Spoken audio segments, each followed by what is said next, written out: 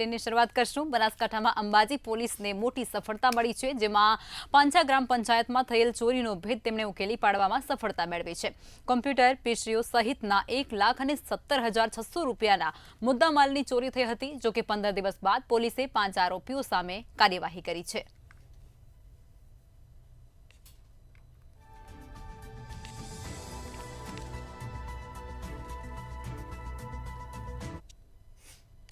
मुद्दामाल 1,70,600 ना मुद्दामालनी चोरी थयानी फरियाद अंबाजी पोलीस स्टेशन खाते दाखल थयेल हती।